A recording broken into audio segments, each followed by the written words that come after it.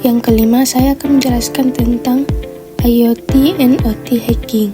IoT atau Internet of Things hacking adalah aktivitas menyerang perangkat yang terhubung ke internet, yang biasanya berupa perangkat pintar yang mengumpulkan dan mentransmisikan data.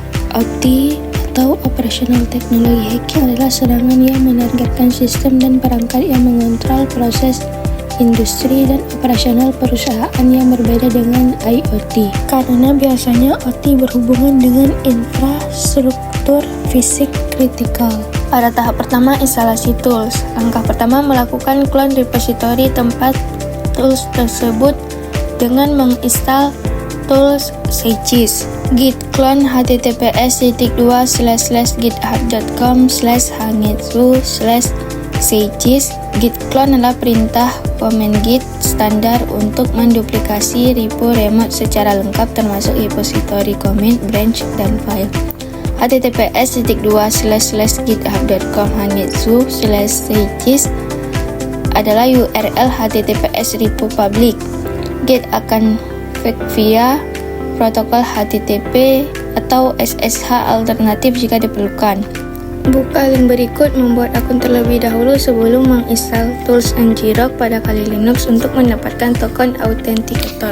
Setelah membuka link dashboard.ngrok.com/login, lalu membuat akun.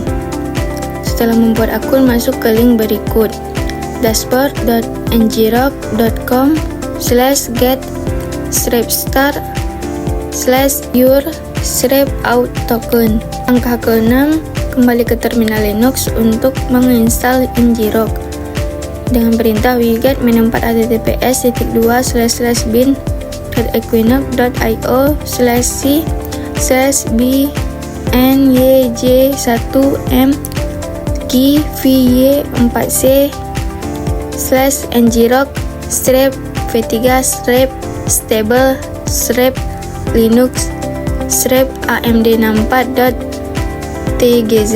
Perintah ini mengekstrak file archive toolbar atau tgz ngrok versi stabil untuk Linux AMD64, menghasilkan executable binary ngrok di direktori kerja. Yang ketujuh, jika sudah selesai, lakukan ekstrak hasil download tersebut dengan perintah tar utility archive unique untuk manipulasi file .tar.gz. -x adalah ekstrak buat file dari archive. -v verbose atau tampilan progres file by file. -z gunakan gzip decompression. -f specific file target atau ngrok-stable/linux/amd64.tgz asumsi sudah didownload via wget sebelumnya. Agar bisa dipanggil dari mana saja, pindahkan ngrok ke lokasi direktori global dengan perintah sudo mv ngrok/usr/local/win/. Perintah ini memindahkan binary ngrok yang sudah diekstrak ke direktori sistem global atau /usr/local/bin sehingga bisa dieksekusi dari mana saja tanpa path penuh atau path environment. Sudo jalankan sebagai root yang diperlukan untuk write ke /usr/local/bin. mv adalah move atau rename file ngrok file search di direktori saat ini. /usr/local/bin/ adalah direktori executable standar Linux atau non-package manage.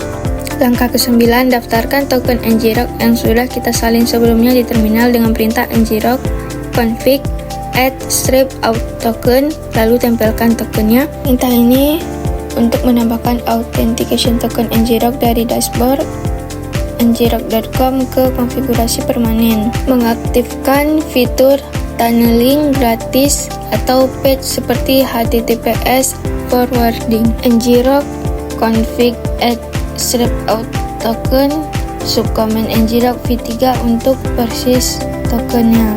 Tahap kedua, konfigurasi tools. Pertama, setelah menginstal tools Sages, masuk ke folder tersebut dengan perintah cd sages/ perintah ini untuk berpindah atau change directory ke folder Cegis hasil clone yang memposisikan shell di lokasi script utama untuk konfigurasi selanjutnya. cd built-in base untuk navigasi directory dan Cegis slash adalah target folder atau trailing slash optional tapi jelas. Untuk menjalankan tools tersebut, masukkan perintah sudo bash /cegis.sh untuk menjalankan skrip utama Cegis sebagai root yang mendownload aset pacing pack atau html/cs untuk media device.get user media cam access dan start local web server port 8080 atau 333.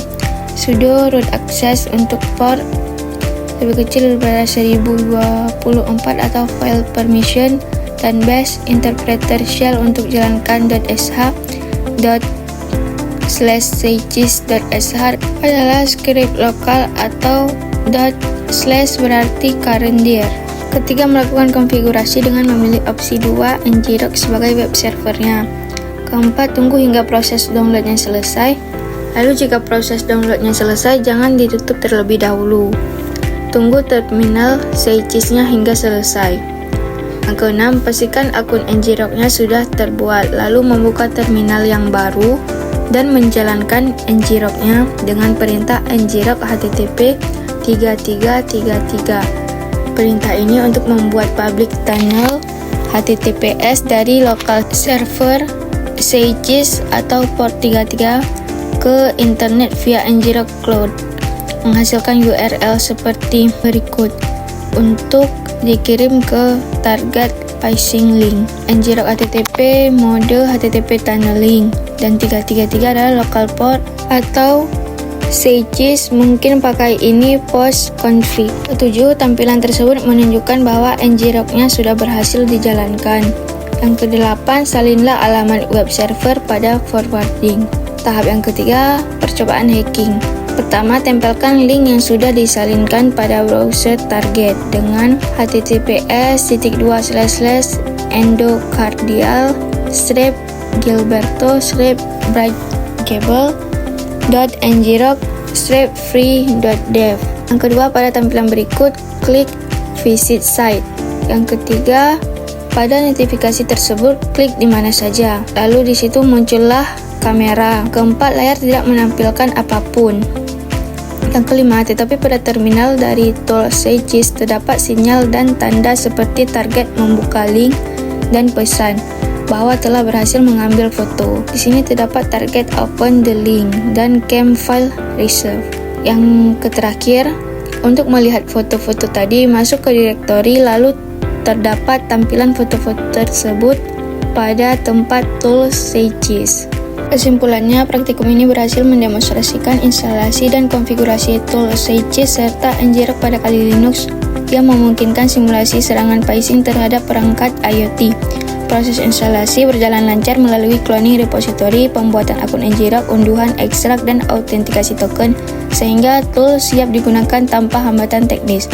Tahap konfigurasi menghasilkan web server lokal yang tertunnel melalui ngrok, menghasilkan URL publik untuk akses remote. Percobaan hacking membuktikan efektivitas teknik dengan penangkap foto target secara diam-diam saat mengakses link phishing, menyoroti kerentanan data visual pada perangkat IoT. Secara keseluruhan, praktikum mengonfigurasi bahwa metode hacking seperti phishing dan man in the middle mudah dieksekusi pada IoT, berbeda dengan OT yang lebih rentan terhadap sabotase fisik. Hasil ini menekankan urgensi implementasi keamanan multilayer pada perangkat IoT atau OT di perusahaan untuk mencegah kebocoran data dan gangguan operasional.